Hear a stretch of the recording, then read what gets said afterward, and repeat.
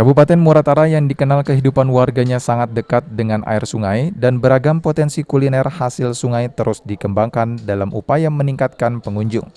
Salah satunya adalah kuliner pindang rupit yang merupakan makanan khas Kabupaten Muratara hingga sampai saat tetap bertahan walaupun di masa pandemi.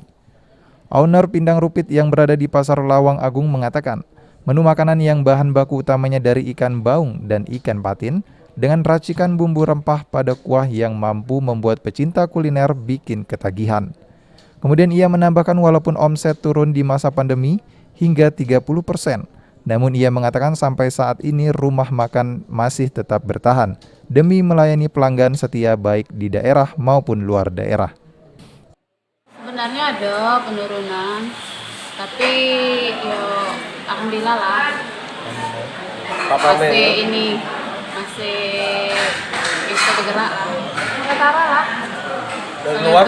Hah? Dari luar banyak? Banyak. Malahan dari luar yang banyak. Jadi paling banyak diminat makanan di sini itu Pindang. pindang. Yang paling dikejar.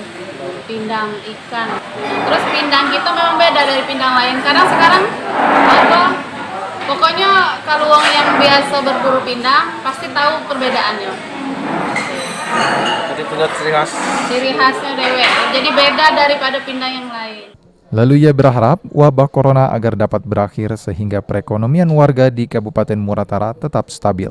Adi Arianza, PAL TV.